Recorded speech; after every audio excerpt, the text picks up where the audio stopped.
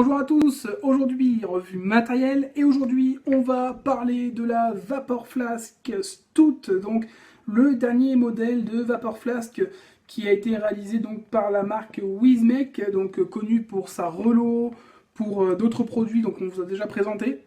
Là aujourd'hui on va parler de la Vapor Flask Stout qui fait partie d'un ensemble de 3 modèles de chez Vapor Flask. Et donc on en a reçu un par notre partenaire My Vapors Europe et on va vous en parler après l'avoir testé pendant plusieurs semaines évidemment comme toujours. On va démarrer par le gros plan pour voir cette box sous toutes les coutures et on reviendra ensuite pour parler des points positifs négatifs de ce produit ainsi que vous donner une conclusion. A tout de suite pour le gros plan. Et on se retrouve donc en gros plan avec la Vapor Flask Stout de chez Wizmek, donc qui est présentée dans une belle boîte en carton. La voici. Hop. À l'arrière, on va retrouver donc quelques explications ainsi que ce que ça inclut. Voilà, donc à l'intérieur, on va retrouver donc la Vapor Flask, un câble USB, un manuel d'utilisation et une carte de garantie. Donc, ouvrons la boîte. Hop, à l'intérieur, on a bien ce petit manuel d'utilisation, donc en plusieurs langues. Voilà, et vous l'avez également en français. On va retrouver la box, donc Vapor Flask Stout. Voilà, donc très très beau modèle, on reviendra dessus juste après. Ainsi qu'une carte de garantie, donc carte de garantie avec le scratch check, histoire de vérifier l'authenticité de votre matériel. Voilà, donc ça, c'est le fournisseur. Et on va retrouver en dessous, donc voilà, le câble USB pour recharger votre box directement ou faire les mises à jour. Parce que cette box se met à jour également. Donc on va passer tout de suite à la présentation de la Vapor Flask. Et voici donc ce modèle de Vapor Flask Stout, donc un des 3 modèles donc, de chez Vapor Flask, des 3 nouveaux modèles, celui-ci étant le seul qui supporte donc des accus 26-650. Vous aurez donc le choix entre des accus 26-650 ou des accus 18-650. Au niveau caractéristiques techniques, on est sur une box donc, qui fait à peu près 85 mm de hauteur pour 46 mm de largeur et on aura un diamètre de 30 mm donc, sur le côté donc, le plus large. Ici, on sera autour de 22 mm au niveau de la connexion 510 qui est à ressort. Une très très bonne connexion 510 bien protégée, donc vous n'aurez jamais de marque ici ou de soucis. Puis vous avez cette petite fente là qui vient protéger donc votre atomiseur de toute fuite ou de tout souci qu'il pourrait y avoir. Au niveau donc de la finition, c'est vraiment le gros point fort de cette box. On est sur une finition clairement exceptionnelle. Box entièrement en acier inoxydable, en plus de 3 semaines d'utilisation très intensive parce que je l'ai beaucoup utilisé. J'ai pas une seule marque, pas un seul souci. C'est assez lourd comme box, mais ça tient vraiment bien. On est vraiment très proche d'un modèle high-end, tout simplement. Comme vous pouvez le voir, les boutons sont des petits boutons argentés, très solides, et qui sont vraiment très jolis, très classe. On n'est pas sur des boutons vulgaires en plastique. On va avoir donc ici l'entrée USB pour le rechargement, voilà, qui est placé juste en dessous de l'écran, et qui ne gêne pas. Il est là donc pour recharger donc, votre accu, ou pour faire les mises à jour. On est sur un modèle assez simple après. Au niveau design, on est sur ce que Vapor Flask appelle le design briquet. Donc voilà, après à vous de vous faire une idée si vous trouvez que ça ressemble à un briquet. En tout cas, ça ressemble un peu à une serrure qu'on trouverait sur une porte. Au niveau du design, si on peut faire ça un peu plus global.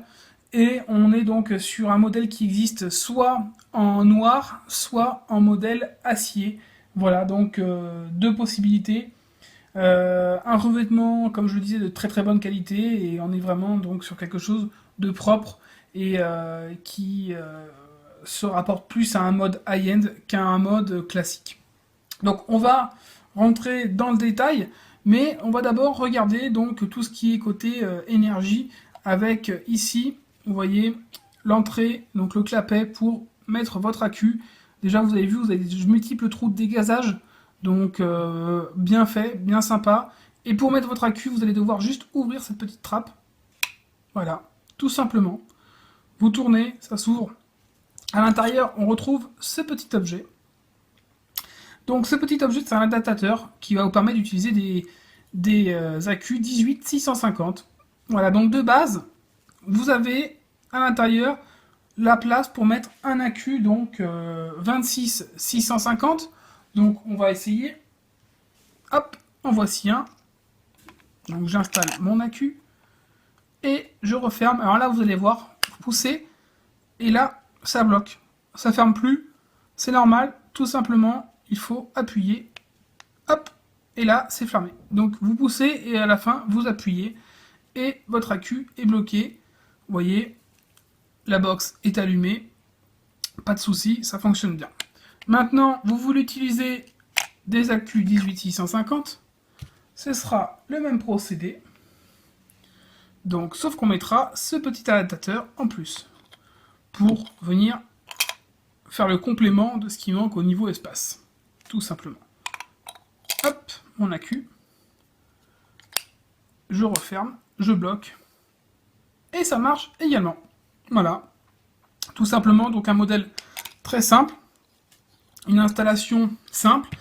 Et une bonne idée avec cet emplacement pour mettre donc un accu 26650 ainsi que cet adaptateur. C'est vraiment malin de la part de Vaporflask d'avoir fait ça parce que ça nous donne plusieurs possibilités en autonomie et également plusieurs possibilités si vous utilisez le mode, en bypass, donc en mode mécanique par la suite. Donc c'est vrai que ça reste toujours intéressant. On va rentrer dans le détail directement du menu, voir un peu ce que ça nous propose. Alors, là on est dans le menu donc, de cette Vaporflask Stout. Donc au niveau puissance, on est sur une box qui va avoir une puissance de 1 watt à 100 watts. Donc on a quand même pas mal de possibilités, sachant qu'elle supporte des résistances à partir de 0,1 ohm jusqu'à 3,5 ohm pour le mode puissance variable et en contrôle de température de 0,5 ohm, 0,05 ohm à 3,5 ohm en donc, contrôle de température. Donc on est vraiment bien, donc ça va jusqu'à 100 watts.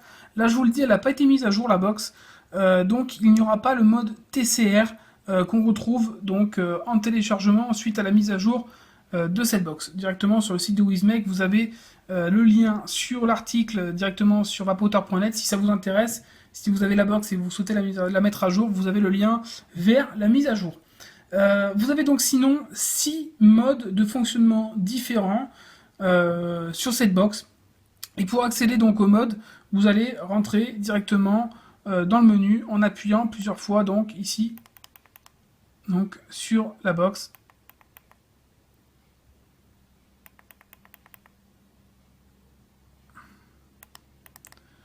Si j'y arrive.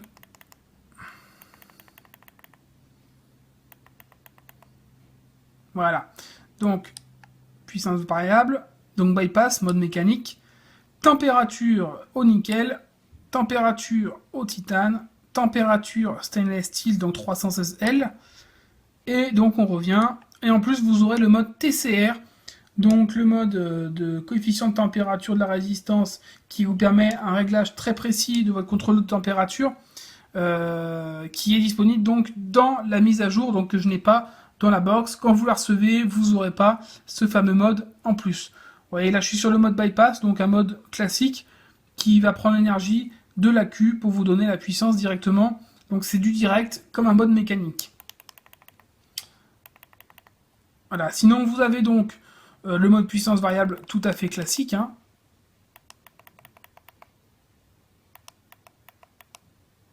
Voilà, et on va rentrer par exemple dans le mode, voilà, contrôle de température. Vous avez un contrôle de température qui va de 100 degrés à 315 degrés. Et en Fahrenheit, bon, pour les Américains, de 200 Fahrenheit à 600 Fahrenheit. Voilà, donc on est sur un mode assez complet, hein, avec quand même 6 modes d'utilisation différents, dont le nouveau donc stainless steel qui vous permet d'utiliser des résistances en inox, comme celle du Cubis par exemple, je vais vous le répéter parce que c'est celle que j'utilise en ce moment, et Donc ce mode TCR qui peut vous servir, par exemple moi il me sert à utiliser l'Altus, donc pour avoir vraiment une chauffe nickel sur l'Altus. Voilà. Vous avez franchement une bonne autonomie avec un accu 26-650, donc on est vraiment pas mal. On est sur une box qui bouge pas, qui a un chipset lisse, ça va très très bien. Vraiment, on est sur un produit plus high-end que classique. Là, j'ai beau remettre des atos, les enlever, les remettre, les enlever, les remettre, les enlever. J'ai pas de traces sur le revêtement, pas de traces sur les contours non plus. Donc vraiment, pas de souci particulier là-dessus. Vous aurez également donc un système de protection hein, sur votre chipset, hein, comme toujours. Donc des sécurités comme la détection d'atomiseur, la protection contre les courts-circuits ou encore une alerte de température. Voilà, donc de nombreuses protections. On est sur un très beau produit qui fonctionne très bien. Que dire de plus? Bah, pas grand-chose. On va revenir en plan large et puis on va tester ça en direct avant de donner les points positifs, les points négatifs et de conclure. A tout de suite. Et on se retrouve donc en plan large avec la Vapor Flask Stout que j'ai montée avec l'Aspire Cleito par-dessus. Voilà, on est sur une box, comme je vous disais, en gros plan bien fini. On va tester ça. Là, je me suis mis en mode puissance variable classique à 65 watts pour tester donc le chipset de cette Vapor Flask Stout.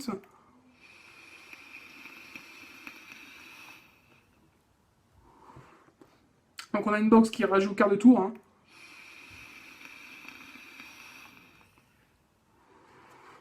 Il y a du coffre, il y a de la puissance, on a ce qu'il faut sur cette box en plus du design qui est irréprochable déjà. Donc à ce niveau-là, pas grand-chose à dire. On est sur une box qui va bien, chipset lisse. Voilà quoi, on n'est pas sur quelque chose de lent ou de lent au démarrage ou quoi que ce soit. On appuie, ça envoie direct. Donc franchement, pas de souci à ce niveau-là. Au niveau des points positifs de cette box Vapor Flask Stout, on va avoir une finition irréprochable comme je vous l'ai dit. C'est vraiment bien fini, propre, ça bouge pas, le revêtement ne bouge pas, même après plusieurs semaines à l'avoir trimballé partout.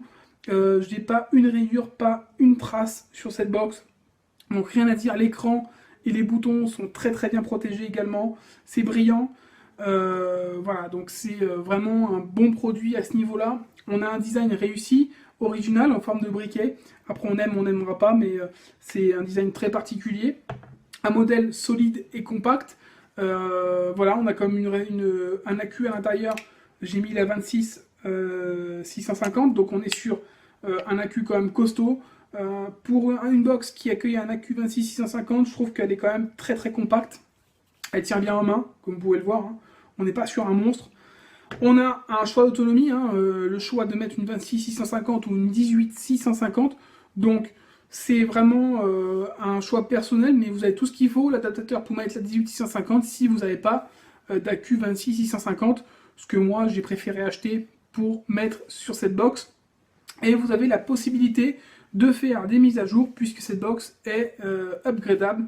Donc grâce à ce petit port USB, vous allez pouvoir la mettre à jour et il faudra la mettre à jour pour avoir le mode TCR en plus. Donc toujours intéressant et également dans la même lignée que ce que fait d'habitude Wismec, hein, donc avec sa relo, les mises à jour qui vont avec pour avoir une box qui n'est pas obsolète et qui continue sur le temps, que vous pouvez utiliser même avec les nouvelles sorties d'atomiseurs pour avoir les derniers modes en cours. Au niveau des points négatifs donc de cette Vapor Flask Stout, on va avoir un modèle quand même assez massif, elle est quand même assez lourde, même si on a plus lourd que ça dans les mêmes gammes. Hein. La cuboïde que je vous ai testé l'autre jour est quand même beaucoup plus lourde que la Vapor Flask. On est sur un modèle quand même qui est lourd par rapport à son revêtement. On est sur un mode massif, mais ça reste supportable. On va avoir un clapet pas simple à fermer, mais là c'est vraiment pour... voilà, faut vraiment être tatillon. Hein. Le clapet, il faut d'abord le tourner comme je vous l'ai montré dans le gros plan et ensuite appuyer. Voilà, c'est des petits détails insignifiants, mais ça fait partie des points négatifs. Et après, compliqué de lui reprocher autre chose parce qu'on est vraiment sur un produit très bien fini. Donc notre avis, il est évidemment excellent. un mode qui est plus proche d'un mode high-end que d'un mode classique. C'est très très bien fini, c'est très beau, et ça tient la route, donc ces Vapor Flask ne sont pas un mythe. Vous pouvez aller les acheter directement, il n'y a pas de souci, ça fonctionne très très bien, vous ne serez pas déçus par la finition. Et voilà, tout simplement, je ne peux pas en dire beaucoup plus, ça fonctionne bien, la finition est au top. Au niveau du tarif, elle est à 100 €, donc 100,80 € chez notre partenaire MyVapors Europe. Voilà, donc la Vapor Flask Stout. Vous avez aussi deux autres modèles. Donc il y en a une mini et puis il y en a une plus grosse, donc qui ressemble à la Vapor Flask classique, hein. Donc celle qui est en forme de flasque où vous mettez habituellement de l'alcool. Voilà, donc la même forme comme l'ancienne Vapor Flask. Voilà, donc trois modèles différents que vous retrouverez chez notre partenaire MyVapors Europe. Pour nous, la revue est terminée. On se retrouve très bientôt pour une prochaine revue liquide ou matériel. Et puis je vous souhaite une bonne journée ou une bonne soirée et surtout une bonne vape. Ciao!